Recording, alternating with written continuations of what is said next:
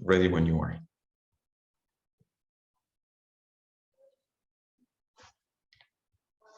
Uh-oh, we can't hear you, Ali. At any point if my voice video goes out and anything like that. These technical difficulties, they're like, ways of life now. So we just deal with it.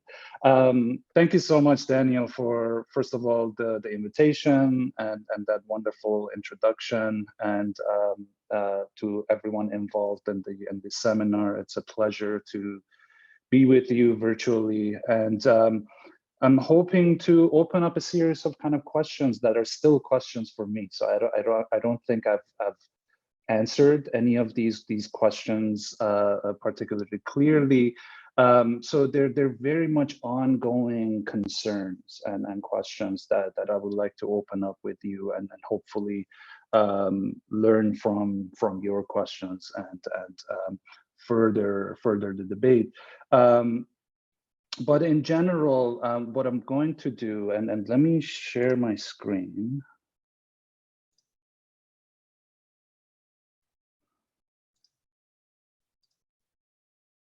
Okay. Can everyone see my screen? Yes, we can. Thank you. Okay, no problem. So what I'm essentially going to be talking about are a series of projects, both research as well as design interventions through competitions and self-initiated projects that aim to deal with the complex relationship between systems, territory, and essentially agency of design, how us as designers and architects deal with these kind of scalar shifts and the increasing complexity of urbanization. In particular, I'll be talking about the notion of territory, and especially the urban territory. Most of the time when designers and architects, when we talk about territory, it stands in for a larger scale, something that goes beyond the building, beyond the neighborhood, even beyond the region, but it still remains quite vague. What I would like to argue is that the notion of territory is perhaps better understood as a malleable socio-technical construction. And I'm going to break that down a little bit. So malleable because it changes based on site, stakeholders, and forces that are operating on each project. And the territory is also socio-technically constructed, meaning that it's defined based on the social, political, environmental, and technical systems that operate within it. So in this sense, a territory is inseparable from the systems that construct it. And another way to really look at this and to pose this is that to engage with the territory, one needs to engage with its operational systems that are essentially within its core and contribute to its ongoing construction and maintenance. And I'm going to jump into this directly. For example, in our Venice program at UVA, which is this wonderful program that has been running for the past 25 years, over the last few years, we've been investigating the territorial dimensions of Venice as an urban condition. So typically, the view that we have of Venice has to do with this kind of historical city in the middle of the lagoon that is in danger of floods and in danger of sinking and all of these kind of socio-environmental issues that are impacting it. It's tourist run and all of that. And a lot of our work over the past couple of years involves exploring the urban systems that have historically contributed to the construction of Venice and its environment. And when I say environment, that has been a very much constitutive aspect of Venice's construction as an urban entity. And they knew this and were quite aware of its specific environmental conditions, even back in the 12th, 13th century. This map is from 16th century, and it portrays Venice within its environmental milieu. So besides kind of portraying the kind of the muddiness and the kind of the complexity of the lagoon ecosystem, it also portrays the winds and the various kind of environmental conditions that impact its existence. And in a lot of ways, Venice's existence and its kind of maintenance to this day has a lot to do with the urban systems that have been defined to do particularly that, right? So this project of maintenance of Venice as an urban entity is very much a designed project, right? That has been going on for centuries. It's well understood that if you leave a lagoon be, it either fills in and becomes land, or it becomes a lake. And the fact that the Venice Lagoon has been maintained for so many years has to do with the massive territorial project of rerouting rivers and dredging water bodies and all of that. So it's very much a man-made lagoon as much as it is part of the larger natural environment. And in that sense, these kind of questions begin to activate a series of investigations into these historic forces, from the forces of kind of engineering and environmental kind of construction of the lagoon and its maintenance, all the way to its kind of identification as a UNESCO heritage site, which is trickier than first thought, because if the lagoon as a territory is identified as part of UNESCO heritage, um, the lagoon itself is quite fluid. Its boundaries shift and change over time. So it's not exactly clear the kind of the governing structures that basically maintain this World Heritage Site. At the same time, kind of looking at the physical dimensions of the lagoon itself. As I said, the lagoon is fluid not only because of the fact that it has water, the land that water exists on is also constantly shifting and moving around and reforming to water and environmental conditions, as well as human kind of constructions over it. It is also full. It's full of activities, from sustenance, from fishing and aquatic farming, all the way to kind of more recent emergences of mass tourism. And so as a territory, it is super active. It is completely full. And as a result, a series of kind of urban systems have been kind of juxtaposed to this kind of fluid territory to make navigation possible, to make kind of clear where you can fish, where you can kind of move about, register high tides, low tides, and all of these, which are essential, right? As a Venetian, if you live in the lagoon and you're dependent on the lagoon for your sustenance, these urban systems of signage and poles and navigational systems become essential to that livelihood. So we can very clearly see that this kind of hybrid landscape of the lagoon is not only maintained, it is also navigated, it is also active, and it is also very much part of what makes Venice an urban entity. And so, as I said, over the past couple of years, we've had a number of, and what I'm showing on the screen right now are a few student projects from this past year that bring attention to parts of Venice that go unseen. For example, on the left here, this was a project that was done to bring attention to this kind of hybrid waterscape of the lagoon, right? The Google Earth view that we have of the lagoon is very different from the view that you have while occupying it. So this project was an attempt to kind of juxtapose these two viewing these two viewpoints together.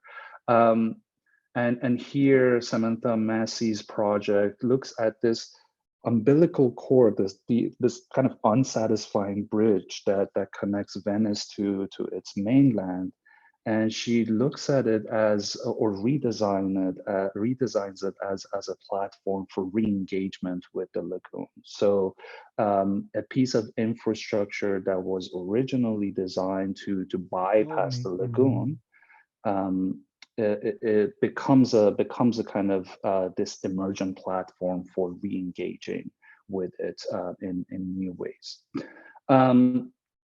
And again, in a lot of ways, to go back to that initial kind of articulation of the territory being composed of its various systems, it is also composed of various projects, right? Being aware of the kind of limitations of singular architectural interventions, we really attempt to bring together the various projects within the studio in conversation with each other. And in a sense, it is through the kind of relationships that we create between these projects, which range from anywhere between 12 to 15 projects per year. By bringing them into conversation with each other, we redraw the territory, right? So it becomes more of a collective act in space, as opposed to any kind of singular kind of agency that these projects would have. This next project locates itself at the seam of two sets of traditionally opposed spatial conditions, land and water, or in other ways, city and nature. In the project called Parallel Networks, we proposed a cellular infrastructural system that challenges these dualities, at the same time activating New York City's extensive water body as a productive and integrative urban fabric. So again, by looking at this kind of hybrid relationship between land and water, we aim to define a brand new territory for the project. So in a sense, the design project brings its own territory or its own conception of territory to the table. In New York, years of industrial and commercial development, as well as defensive urban responses towards the water, have essentially severed the city's relationship to ecological networks that had, for a large part of its history, been defining factors. The hard edges of New York have created a binary relationship between the city and its water. New York City, like many other metropolitan areas, is founded in a context that is environmentally and socially in constant flux. However, as it currently stands, the 5 boroughs of New York are separated by a body of water, which is home to overlapping ecologies, often understood and analyzed in isolation from one another. What's more is that this context is facing massive transformations, such as the shifting character of the landfill along the edge, the growth of marine shipping industries, raising water levels, increasing pollution, as well as rising demand for a socially active waterfront. So in response, we proposed the Blue Network, not only as a connective fabric between the 5 boroughs, but also as a socio-environmental as well as an economic engine for the city. So instead of casting the dynamics as externalities and protecting the city through hard defense edges, the project integrates and in some cases heightens the environmental dynamics at the edge of the city where it meets the water. This proposal does not offer a master plan per se, but a process of spatial production. a systemic thinking instead of an all-encompassing superstructural remedy, which can effectively enhance the performative qualities of the Blue network. And just as a note, this was before Hurricane Sandy and the competition that came in response to it. In fact, Birking was, whose project Big U was among the funded projects through that competition, was among the jury members for the competition that this was a part of. In our project, systemic thinking is manifested through a cellular network rather than fixing the infrastructure to the ground. And in time, the project instead explores the means by which a flexible system can stimulate and intervene in the existing processes of wet landscapes to gradually grow a flexible infrastructure as a symbiotic platform for the activities of current networks.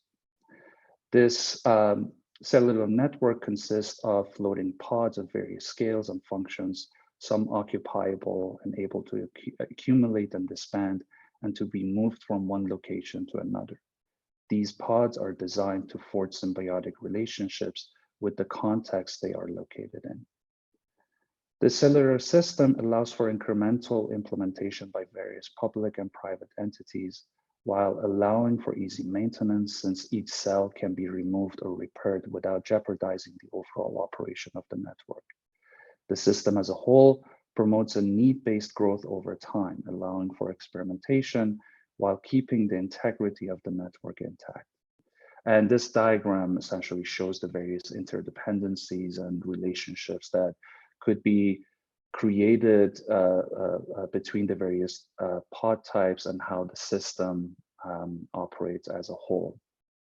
And in turn, we chose two sites for a more detailed examination of this design strategy. The first site, located in Upper New York Bay, is transformed into a productive landmark, a center for wind energy production, and an operational node for marine transportation. And the site is envisioned as a reef archipelago that also works as a natural flood defense system in the same area where these islands existed in the past. In addition to energy production through wind turbines and algae cultivation, the site hosts much needed maintenance and training facilities for marine transportation on islands which are designed to grow over time. And ultimately, the operations of this site support the material and energy metabolism of other sites along the Blue network, emphasizing the significance of a regional understanding of infrastructural intervention, even if they are localized or smaller in scale.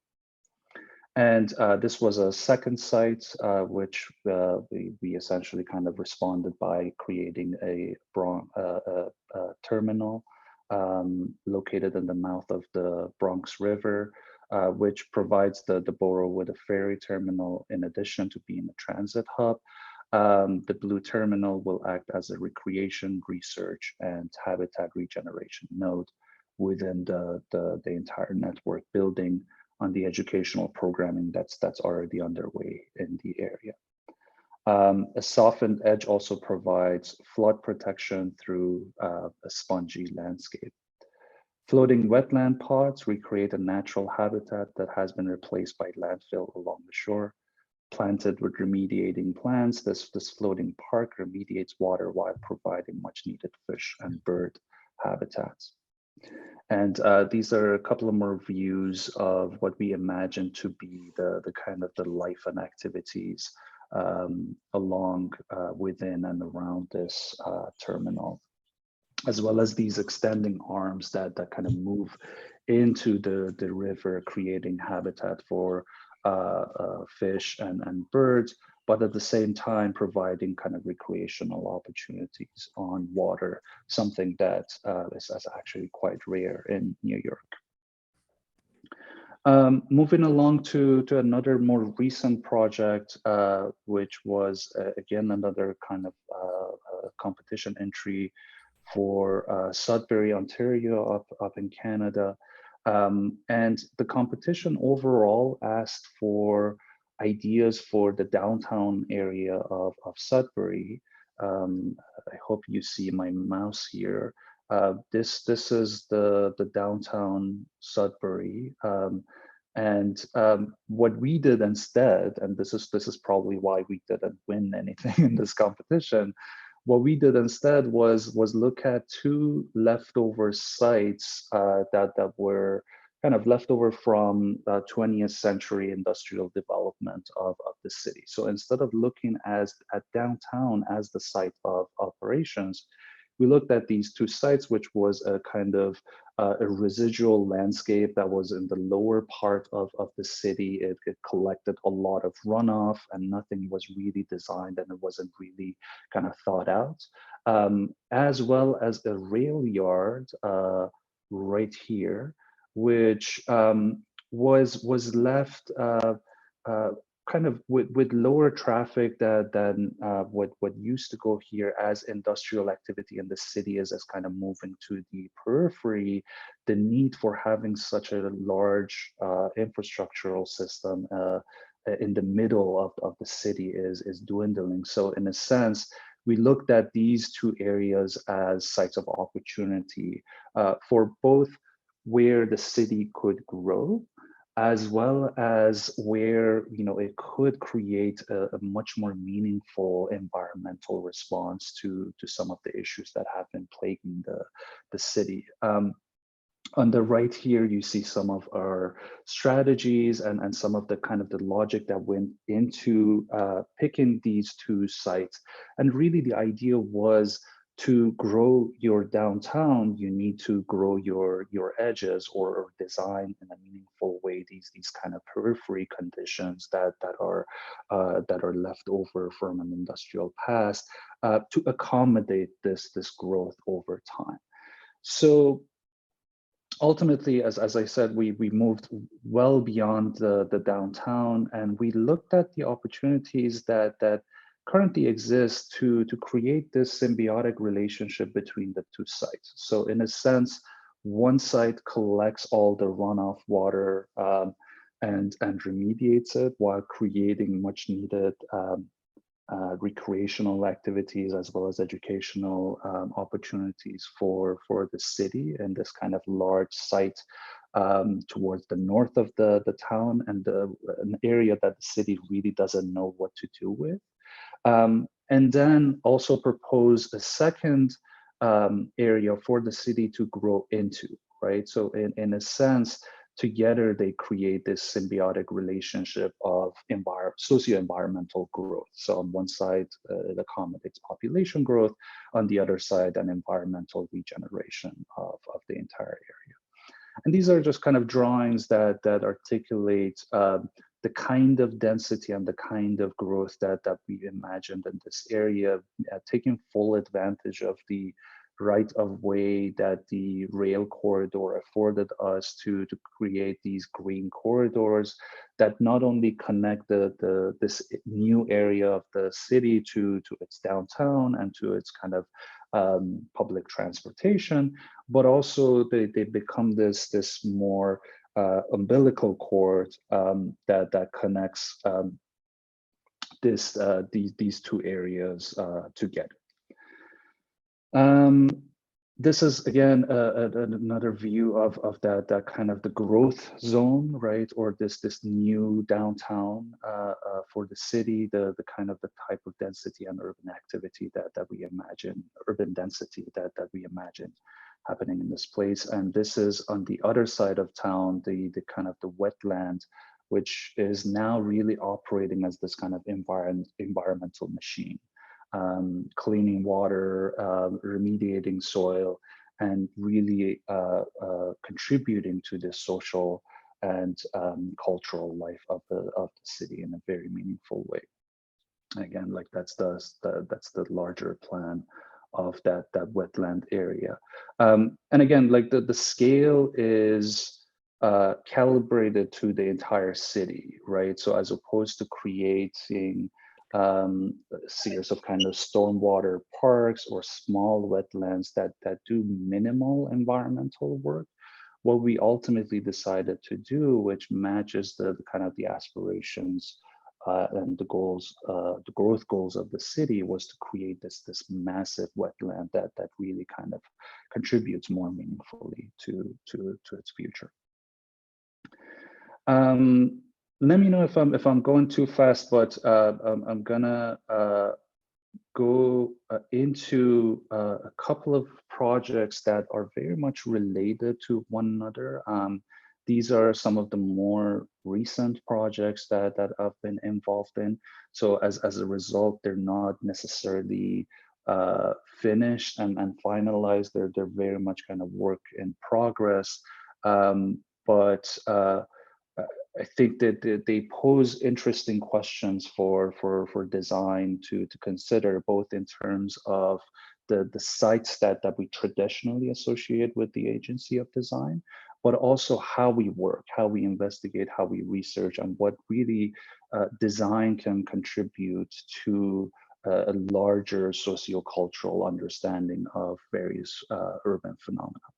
So grounding the cloud really is a project that stems from an interest in large technical systems and their socio-technical construction. So by that, I mean, I'm very much interested in both the physical and material imprints of data and information networks, as well as emerging conceptions of urbanity, right, that are mediated through data and through information. Um, Data platforms and tech corporations have, through a series of spatial strategies, positioned themselves as harbingers of a new so-called smart model of urbanism. But in reality, the spatial dependencies of these platforms on previous rounds of infrastructural and industrial development aligns them with already established neoliberal urban strategies of enclosure and extraction. And this is really the reason we often find data centers and these kind of data infrastructures in post-industrial small towns that mediate access to an abundance of environmental resources, as well as a large surplus of infrastructure. For example, on your screen, what you're seeing is this kind of temporal investigation of the growth of a data center campus that Google has constructed in Lenore, North Carolina, which used to be the furniture making capital of North America. As the result of a lot of manufacturing moving overseas, the town was left with this massive infrastructural surplus.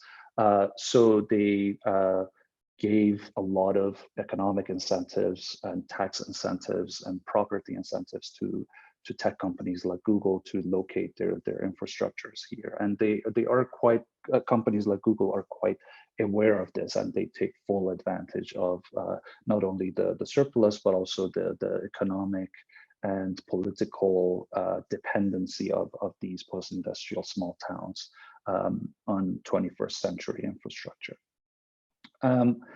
But at the same time, this is the kind of marketing image we get from Google: smooth, frictionless platforms in a harmonious relationship with their surrounding environment, which in a large way underplays the environmental degradation and geospatial complexities at the core of their construction. These are the operational landscapes that platforms in turn leverage to exert their power in cities. And these tense images bring to mind another set of images which architects are much more familiar with. In this case, Hans Holland's fantastical collages of technical objects in landscape, which, like Corbusier's juxtaposition of the automobile with the Parthenon, these collages attempt to create a more appropriate architecture of their time. But I would like to argue that they also capture the tensions and complexities of the relationship between technology and environment. So in a way, they allude to these uncomfortable kind of images that are produced by platforms like Google and Amazon that portray, again, this harmonious relationship with environments and problematize them. So starting from a simple question, the project aimed to investigate the territorial imprint of the cloud. Some of the problem we have in defining the territory of data stems from the fact that data infrastructure remains hidden from our immediate spatial consciousness. which the word cloud also alludes to. It cloudies the kind of the conceptual reality of these networks. This reframed the question for me to where is the cloud? A simple question which becomes quite complicated once you consider that the current bundling of data mediated spaces in our cities actually mask and obfuscate and extend the geography of extraction, processing, storage, transmission, and control that underlies the ideologies, practices, and forms of the cloud, and by extension, tech-driven urbanism. And I realize that the video is not playing. I don't know if it is playing for you. I hope it is. But the video is also on the website grounding.cloud, so you can kind of follow live. So this is essentially the enabling geography of the cloud, the global operational landscape, which is dominated by cables, data centers, extraction sites, tech campuses, manufacturing plants, and dumping sites that quite literally tether the cloud to the ground. And by mapping and drawing these sites and their contextual relationships, this project aims to produce a spatial understanding of the cloud and the geographies that are activated through its continual expansion. The operational landscape of the cloud can be categorized into 4 parallel territorial strata, each of which handles a critical aspect of the cloud's operations. So we have farms or purpose-built large-scale data centers and their associated energy projects, pipes or the physical networks of delivery and control of data, mines or the extractive sites and the operations of data devices themselves, and enclaves or the corporate headquarters of technology companies and their bounded smart city initiatives. And really, given the limitations of time, let's take one of these farms as an example. The regions and zones of the cloud are materialized through data centers, which are in turn grounded in the specificities of geography and location. Locating the physical infrastructure of the cloud, like data centers, entails a spatial logic based on a geopolitical cocktail of economic, political, and environmental incentives. Specifically, the locative strategy of data centers is based on a set of gold standards. Whether a region is earthquake prone, bound to political instability, or climatically extreme will be initial decisive factors. Energy reliability, good fiber optic connectivity, proximity to major target markets, low energy costs, access to water, inexpensive land, and tax incentives each play an important role in where a cloud provider decides to plant its data centers. And in locating its nodes, the cloud has followed in the footprints of previous rounds of capitalist spatial production. Cloud firms often locate themselves on top of the ghosts of manufacturing economy or within the spatial vestiges of the military-industrial complex of the Cold War. North Carolina is among states in the US that have lobbied heavily for data center investments. A rush that began with one of the first purpose-built Google data centers in Lenore, North Carolina in 2007. And this is the data center that we saw earlier. And this rush was essentially followed by the likes of Apple and Facebook, which in turn has been followed by other tech companies who have contributed to the build-up of a data center geography in the state. Even though the cloud is typically understood as a distance eliminating technology, the specificities of geography and sociopolitical dynamics bound its infrastructure into identifiable clusters.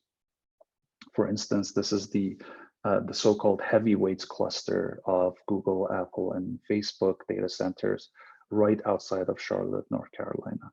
So even though some of the images of data centers tend to portray these massive infrastructures in the middle of nowhere, they're actually quite strategically located right outside of population centers, which they treat as target locations.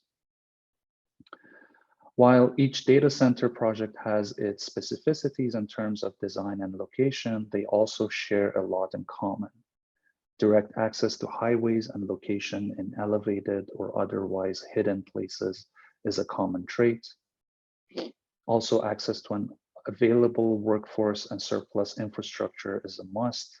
This is evident in Google's project in Lenore, which was heavily promoted as a replacement for the jobs that were lost as a result of the furniture manufacturing moving overseas. Um, and in addition to political and economic willingness, the locational strategies of data centers mean that the local geography, infrastructural capacities, and the local built environment each play a part in deciding where and how a data center is to be located. Beyond its locative strategies, a typical data center's defensive spatial strategies use topography, vegetation, and hard barriers like fences and walls to cut it off from its immediate context, while maintaining a heavy dependence on regional infrastructures of power, water, and data. So space and its construction play a very critical role in grounding the cloud. And while this project was meant to be more of a research project that attempts to ground the cloud or the idea of the cloud within its material imprints, I was very much interested in testing some of the speculative potentials of this investigations. So as a result, we started to look at Northern Virginia, which is a hub of data infrastructure, global hub of data infrastructure. What I'm going to show is basically not a project per se. It's more of a prelude to a project. It's based. I'm showing you the setup, partly because it's unfinished, but I think there's still value in seeing how kind of design investigation and design tools can accommodate an investigation into some of these conditions. So as I said, this is looking at Northern Virginia, which is right outside of DC. There is a map right after this, and some of our own early on our conversations with some of the local architects and designers. Ended up with this kind of typical response that we got. Why are you looking at Northern Virginia? There's nothing there. And that kind of caused us to put up our antennas a little bit more, because yes, if you are looking for design excellence or kind of buildings of high architectural value, you might not find them in Northern Virginia. But at the same time, it's estimated that around 70% of all global internet traffic at some point passes through Northern Virginia. So if you're interested in infrastructure and infrastructure of data in particular, this is the site to look at. So it seems like that idea of there's nothing there is immediately problematized by digging a little bit deeper and looking at the infrastructural aspects of the region. And this is partly because historically the region has hosted some of the early internet companies. Internet was first commercialized in the region in Northern Virginia, and it's built that capacity up based on its relationship to defense and intelligence contracting. Again, taking advantage of the fact that it's right outside of DC, the seat of American government. It has kind of built up those relationships over time, and it has used them as a way of attracting these technology companies, which also offer their services to intelligence organizations and defense institutions. But at the same time, defining Northern Virginia as a territory is also very difficult.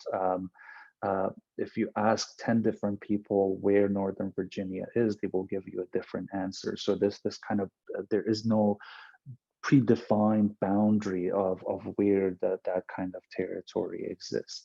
So in a sense, we knew that we had to define the territory of operations for this investigation ourselves. And quite quickly, we became really interested in this spine here that's shown in red, which is a converted railroad called Washington and Old Dominion Rail, which is now a trail. Historically, I think since mid 19th century, it operated as a rail line. Its initial aim was to connect Alexandria, which is this historic port city just south of Washington, to the coal fields of Western Virginia. It never made it that far, and ultimately, by the middle of 20th century, it ended up transporting cargo, freight, and milk and tourists to some of the resorts that were popping up for the Washington elites to as kind of summer residences. But there were two other reasons that we were really interested in the Washington Old Dominion Trail.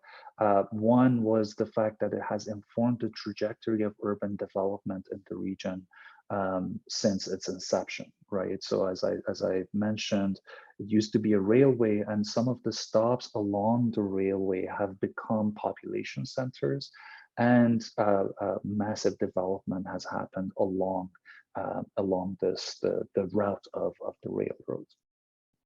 The second reason was the right of way that was originally given to the railway was then sold to power companies as well as information companies. There's a long history of American railway companies segueing into becoming telecommunication companies. For example, Sprint, the phone company and telecommunication company in the US, that comes out of a railway company. So that history is repeated here, but also the fact that the right of way that's created, it creates ample opportunities for lining this entire corridor with not only power lines for electricity, but also fiber optic data lines, which begin to accommodate the growth of data centers in the area. And so you start to realize this kind of interrelationship between the growth of data companies and the growth of internet and the kind of the capacity, the infrastructural capacities that the site afforded. These are some of the towns that have kind of grown over the years along the route of the trail and the rail line. And we wanted to kind of look at historically and kind of, really kind of justify our kind of interest in the corridor by really investigating how this growth has happened and really kind of try to confirm whether this is actually has happened. And we took a deep dive into the map archives of USGS as a way of not only understanding how the region has changed, but in what direction and along which lines and corridors that growth has happened. So you can see here from the 1940s, when the Pentagon was first created, to the 1950s, which we have the CIA headquarters kind of being constructed in Northern Virginia.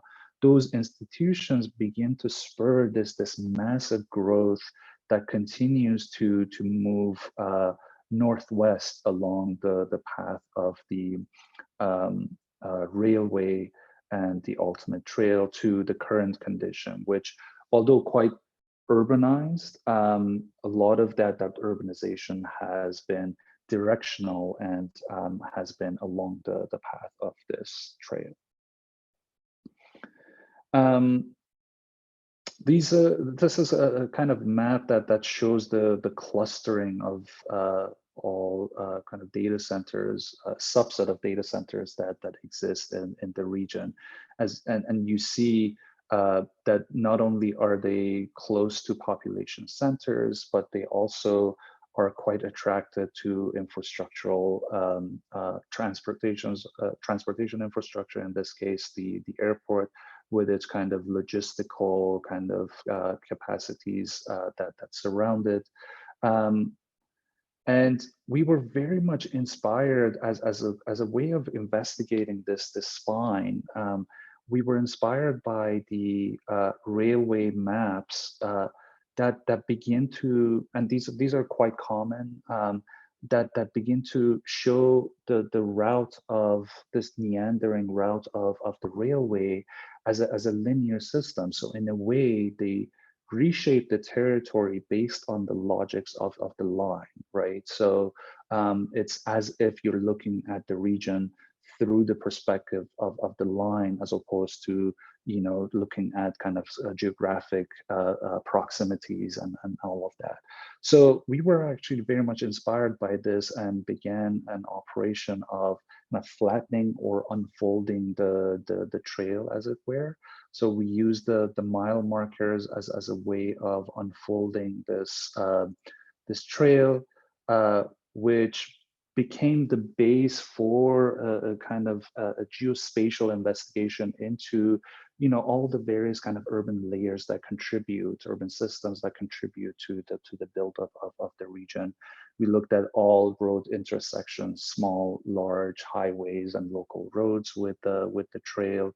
We looked at public transportation in relationship to airports that dot the region, as well as places, looking at population densities in different areas, looking at spatial characteristics that begin to emerge in specific areas along the trail, as well as natural geographies, looking at water systems, looking at forested areas, looking at park and recreation spaces that have begun to grow again along the path of the trail as a result of, you know, the trail being more of a kind of commuting trail.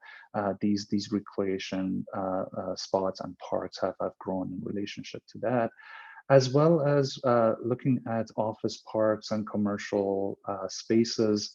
As I said, the region has attracted a lot of technology companies. In this case, Google, Microsoft, Amazon have all either proposed or have constructed main offices in the region, as well as data centers and productive landscapes, which includes things like quarries, things like working forests, agricultural landscapes, as well as landscapes of data production. And you see all the data centers are in these yellow dots that dot the region. So very much see the kind of clustering of these different types of productive landscapes along the trail.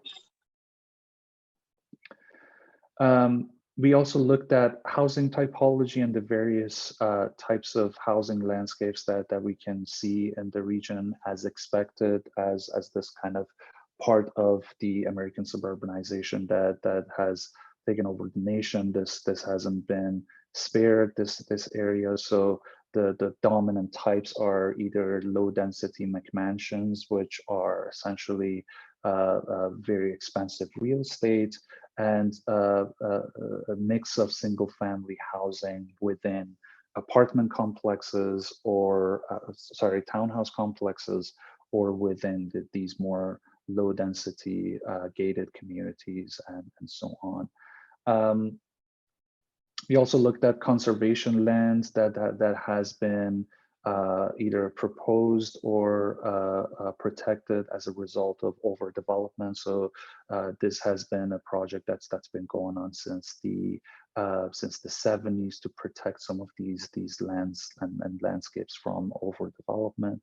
And really, when you begin to put all of these layers together, it counters that statement that there is nothing there. It seems like there is plenty here. You just need that very specific lens to really decipher these multiple layers of development and activity that is happening in the region. And once we do that, we can begin to um, articulate a number of specific zones that emerge in the area. So from the high intensity and dense zone of Arlington and Alexandria, closer to Washington, to the more residentially oriented, low density residential single family housing zone around Vienna and Tyson, to the zone of kind of quiet suburbs with a lot of conserved land, a lot of golf courses, a lot of kind of recreational landscapes that surround a number of kind of gated communities and developments, to the productive landscapes that include things like the airport, but also gravel and aggregate quarries, as well as the data centers that are essential to the growth of the region,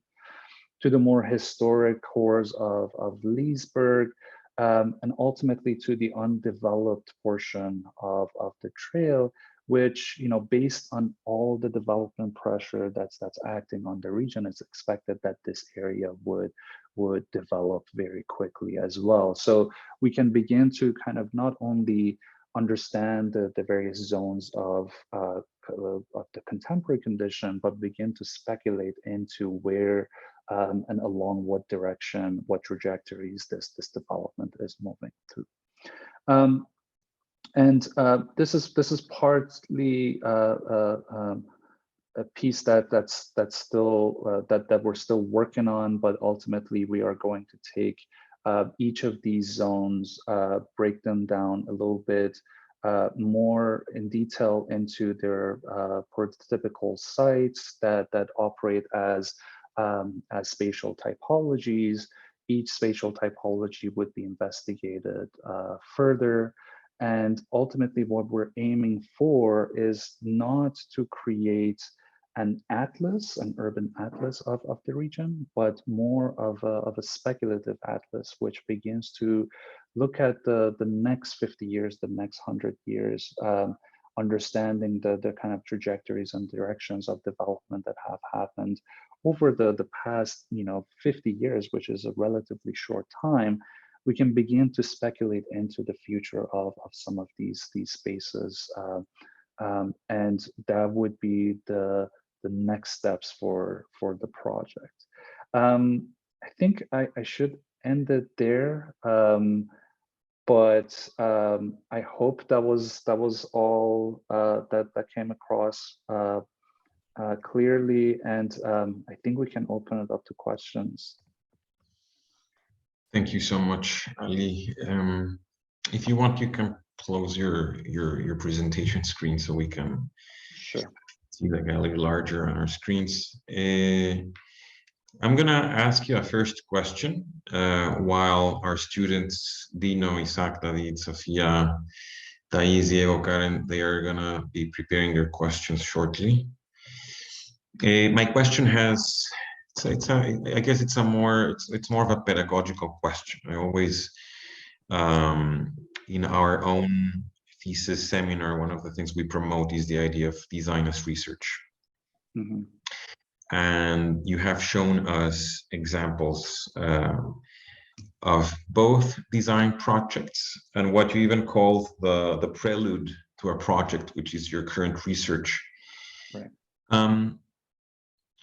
I mean, I don't know if you struggle with the same issue where, as designers, we aren't formally trained in research strategies, and normally there's a gap between the research component, if we do research, and the design component. There always seems to be an unbridgeable gap between what we investigate and then when we propose. It's as if we almost had two different, like, split personalities.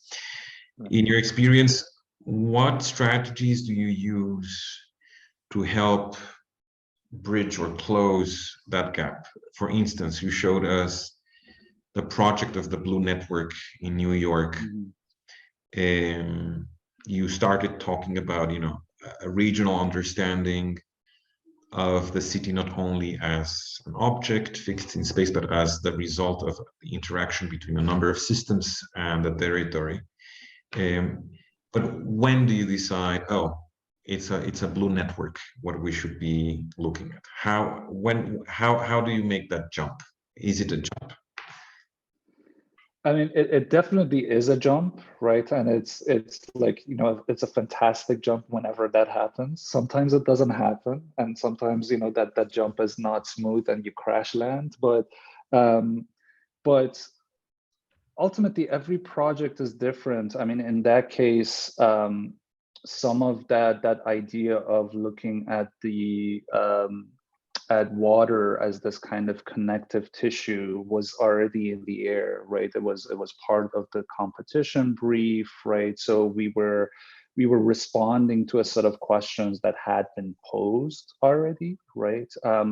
But the way that we approached those questions was different, right? Instead of really just focusing on a transportation kind of minded a series of interventions that only look at connectivity as the potential of New York's water bodies, we began to kind of look into other avenues, right? What does transportation accommodate, right? You know, can it also begin to be an economic engine? Can it begin to incorporate, you know, some of these kind of recreational or cultural or educational aspirations of the city into you know, some of the core values of itself?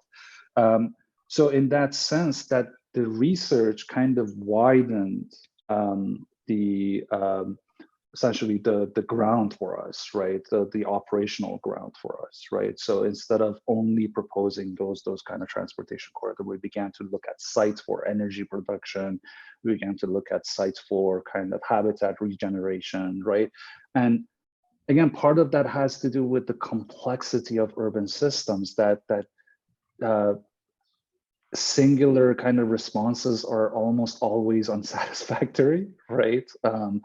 And but it's in their kind of combination, it's in their kind of relationships that you build up a larger kind of territorial understanding. But at the same time, I totally agree with you that a lot of these projects start with questions that kind of segue into investigations without a clear understanding of whether they are going to hit ground as design interventions or not, right? And you know, I'll be honest, as academics, we have that freedom, right? Whereas, you know, out in practice, you might not have that freedom to kind of research for research's sake, right? Or research to kind of respond to a set of kind of critical questions that have come up. But at the same time, that type of research begins to bring with it a kind of a critical lens, a critical perspective that makes you question what you see. So hopefully part of that strategy begin to dovetail into a practice as well.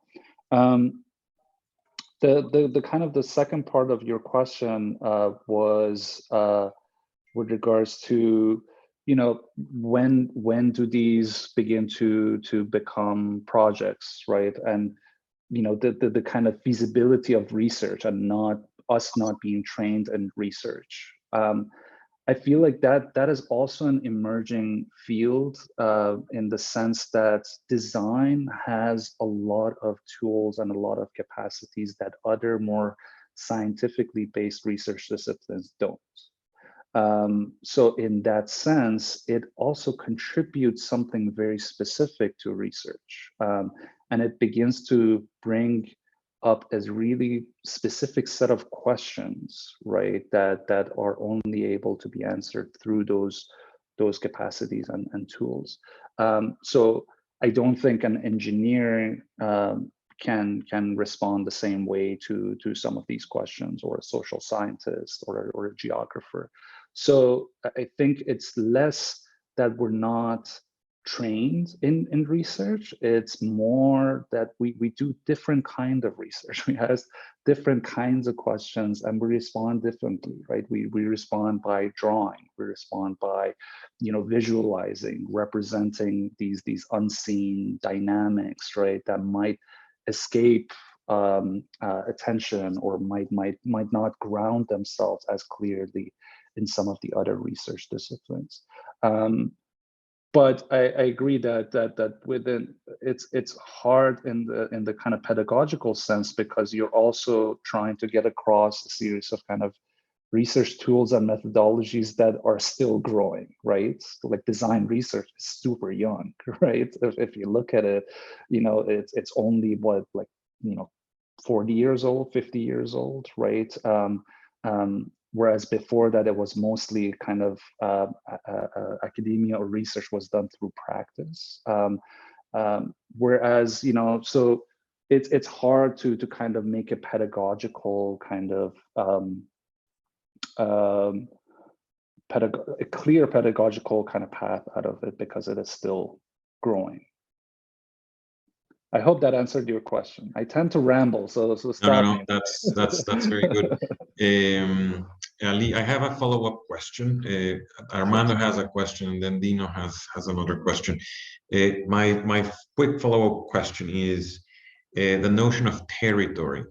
At the beginning of your presentation, you made a disclaimer that territory is not necessarily, doesn't mean like very large. Also, I guess your work shows that territory doesn't necessarily mean geographically contiguous. You define territory as a malleable socio-technical construction. Does that mean that territory is not necessarily spatial, or that space is not necessarily physical? Bear in mind, this is a question addressed for architecture students. And what are the practical tools through which we construct an understanding of territory? So no, I think territory, especially the way that I look at it specifically, is completely spatial, right? So you're right in the sense that it's not contiguous, and it's not necessarily one-dimensional or prescribes a very specific kind of scalar condition. So a territory can be composed of multiple sites, right? It can grow, it can shrink, right? So that's the malleability of it. But what's the other important aspect of that is that it is constructed over time, right? And it is maintained. So the idea that you set up these borders for your territory and you call it a day, and every response has to kind of engage with that border, that's just not true, right? It hasn't been true in the kind of history of development in the world, but also through like the example of Venice, that's very clear that the territory, like the physical territory, changes and shifts very rapidly. So in that sense, those kind of constructive forces, they could be, social constructions of kind of place attachments, memory, literature, all of those aspects that define territory at different times. But they also, and this is where I tend to connect it to urban systems. These kind of cultural and social and political forces manifest themselves physically through these urban systems, right? So they're almost the spatial counterparts of desires of groups of people and communities, right? So the idea of rerouting the entire river system in the Veneto region to maintain the lagoon as a lagoon, that was a desire of Venice as a city to protect itself using the kind of the murky, muddy landscape of the lagoon from external forces, right? But they use this series of urban systems by rerouting rivers and kind of dislocating themselves from the mainland and creating a series of kind of urban strategies and water systems and so on. as a way of accommodating that that kind of territory that they constructed, right? So I think it's absolutely spatial, but the more important things is that it is malleable, it changes over time, and it is constructed and maintained. Super. Thank you, Ali. Armando, please go ahead. Hi, thank you for your great presentation and beautiful drawings. As you were explaining and describing the first, how the data centers start like coming because of different conditions that, in this case, the state of North Carolina offered and so on. I started to be curious about what kind of settlement or city does the fact that a data center is coming signals into the future. I understand that this is precisely what you're trying to do, I think, in your research on North Virginia. But it just, I mean, I thought it was just very interesting to see, like, if a factory is coming, you kind of understand what's coming after the factory. And Tesla is going to put a plant in the city of Monterrey, which we're looking at, and you kind of start to speculate in your mind, what is this going to bring? But in the case of data centers, I don't know how labor intensive they are, what kind of income level the people who are working there, what kind of income level they have, and what kind of, I don't know if we can call this city, and I think this is what is so interesting about your research, is that this network, we don't really know how to name this, I suppose, but yes, like what can you see in the future when a data center comes in? What does it come with? I mean, that's a really good question, and the short answer is that it's going to be different in different locations where data centers hit, right? So the kind of spatial conditions of North Carolina are very different from Northern Virginia, right? Northern Virginia is this kind of growing region. It has a high density of population and activities. It houses, I think it like 3 of the top 5 counties in the US in terms of income levels are in Northern Virginia, right? So it's obviously kind of growing and economically quite viable. But it's a very different story in North Carolina, where I think it was from 2005 to 2001 to 2007 when Google started constructing their data center. They lost 3,000 jobs, and this is a city of 8,000 people, right? So a considerable portion of the population lost jobs, which were in these kind of furniture manufacturing plants that moved overseas their operations. And really, they were very anxious and excited about Google picking them to construct their sites, thinking that it's going to come with a lot of jobs and a lot of economic kind of after effects. And in reality, data centers are very light in jobs, and those are very specific type of jobs as well, which the local community just cannot support. So what ended up happening was that data center in North Carolina created 100 jobs, out of which I would say 80% were coming from people outside of that county. So it didn't really produce a large economic, it wasn't a large economic driver for the city, and the city is still losing jobs and people are still migrating out of it. But the case of kind of Northern Virginia, the reason why it becomes really interesting is when you begin to look at the aftermath of industrial spaces, right? So things like factories in the middle of cities, or warehouses that you know, we're now kind of reconsidering them. We're looking at kind of ideas of adaptive reuse, right? Looking at the material kind of investment that has been placed in them. What happens if we begin to kind of look at these as housing, as new offices, as new kind of new cultural centers, and so on? The same thing could be done potentially with data centers, because data and the facilities and the capacities of data management are not always going to remain the same, right?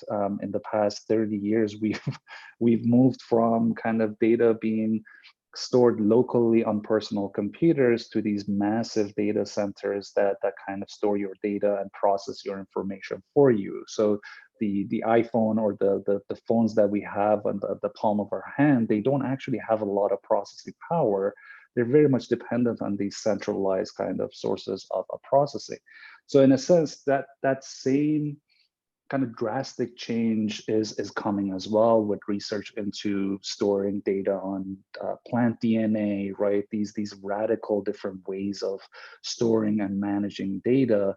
There is a lifespan to these spaces as well. So part of my interest in, especially the ones in Northern Virginia, has been to look at that ultimate kind of future where, you know, these spaces are not needed as data centers. Can they begin to respond to some of the other needs of the region, you know, which as a growing region, things like housing affordability, you know, all of that is much needed. So it's that kind of speculative potential that excites me about the work, and I'm hoping over the next year or so to get there.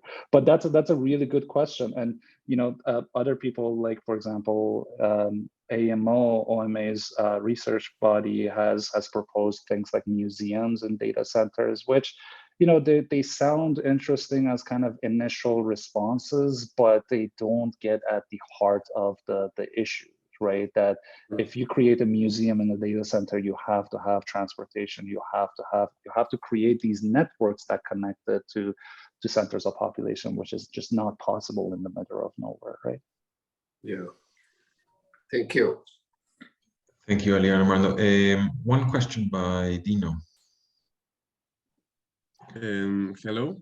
My question is going to be a little bit into what we have been studying in the SETI, and it's a little bit about what Armando said at the beginning of his participation, and it's about the Tesla industry in Monterrey, because we've heard about the infrastructural landscapes and data centers, and we've read about it in the SETI, and I am a little bit concerned because Tesla is not what I would call like an old-fashioned industry, but it's not either a data center, right? But it like works in a lot of ways. They make batteries, cars, they create electricity, and work with a lot of things. Like they are this monstrous thing that has a lot of things, right? So they are now locating their biggest factory in the world in Monterrey. And Monterrey is a city with strong technocratical ideals and history. And the thing is that I was interested by in your in what you wrote. You said about the gold standards that you already said about, like region is earthquake prone, bound to political stability, climatic restraint will be initial to specific factors like energy reliability, good fiber optic, proximity to major target markets, which Monterrey I think is a big one, low energy cost, access to plenty of water, plenty of inexpensive life, climate, and tax incentives. So about this, the thing is, I don't think Tesla is going to be I think Tesla is going to be the first of many, like expansionist companies that are going to be trying to locate themselves on Monterrey because the tax is going to be less and they can pay less to workers. So the thing is, they are going to take a lot of the environmental resources of the city, which we are actually investigating. They don't have a lot of water. I mean, they ran out of water last year. Well, the city, not the companies. But the thing is, they're going to take advantage of that. And also, before the other like big companies and data companies like see this opportunity of the border of the US when they can work seamlessly and more economically efficient. Are there any laws that can prevent that? I mean, do they need similar laws to the old-fashioned industries that like stop them to stop like the old-fashioned industry? Sorry, I'm having a problem with translating. Or are they different in nature because of the services they provide and need specific regulations for them? Like, yeah, I think that would be my question. Yeah, it's a really good question, Dino, and I mean that's where kind of also the differences between a data platform and a more kind of in between company like Tesla, which does manufacturing, right, but also does kind of high tech. That's where it becomes a little bit complicated. When it comes to things like data centers, for example, regulation and laws related to data sovereignty, right? So the fact that, you know, over here on Zoom, it tells me that I'm connected to data centers in the US, right? Because I'm calling from the US, right? And really laws that enforce companies to hold the data of a country within the borders of that country.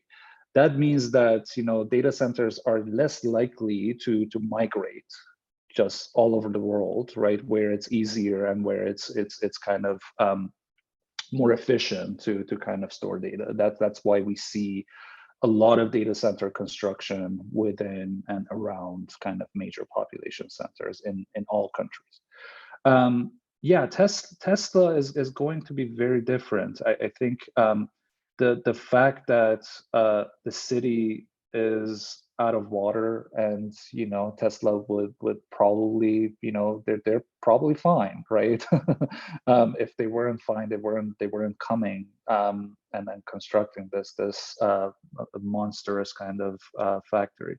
So I think, you know, seeing whether that begins to kind of shortchange the livability of the you know, the city itself, right? And what questions does that pose with regards to the resources, right?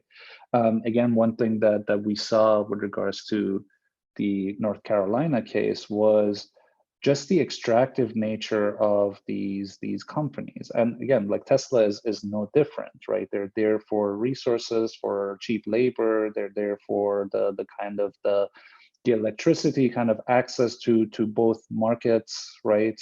In the US and elsewhere, right? The ease of transportation being close to the border, right? And so on. So they're extractive kind of companies in the kind of the widest sense of that word. So, and their kind of allegiance is to the network as opposed to any certain locality, right? That means they're risk averse, meaning that they kind of respond to the larger kind of market dynamics as opposed to local conditions. And one of the reasons they're probably in Monterrey is because there are no regulations that you know specifically talk about what they need to provide local community, right? And that happens a lot where kind of cities, because of kind of dwindling of public planning and public design, there is this kind of lack of financial capacity for cities to manage themselves as well. So by creating these tax incentives and inviting these companies, to their town, they tend to create kind of jobs and economic kind of drivers for the city. But yeah, it's a hard question to answer. I don't know if there are any regulations, but there's definitely kind of spatial relationships that you can investigate, right? Especially, I think this kind of looking at the resources that Tesla as a company or that factory would be reliant on, right? It's water, power, right? Manpower, as well as kind of transportation, because they're inherently a kind of manufacturing company. So that means they need access to logistics and kind of distribution hubs and kind of networks that will get their products into as many hands as possible. So, you know, investigating that kind of spatial relationships and looking at the regulations that enforce specific limits on those systems as opposed to on Tesla, right? That begins to be a way in, I feel like, into responding to that question. But it's a really good, a deep question. I don't think I've answered it in any meaningful way, but at least one way of investigating it would be to look at these underlying systems. Thank you, Dino. Thank you, Ali. You're very modest. Thank you. Armando, do you have any final remarks? Sorry, Karen. We're already past the 90-minute mark. But we can. I'm sorry, I talked too long. It's okay, Ali. We can field any questions remaining to be answered. We can send them to you in an email, and we can share the responses with our students. Ali, I wanted to thank you on behalf of Armando, Adriana, Elena Tudela. I think as we further enter into the planetary stage of urbanization, the work that you show us illustrates a way in which design can have agency at the scale of larger socio-technical assemblies, territories, etc. I think this is a very important issue for architecture, both in practice but also in pedagogical terms. How do we train our students?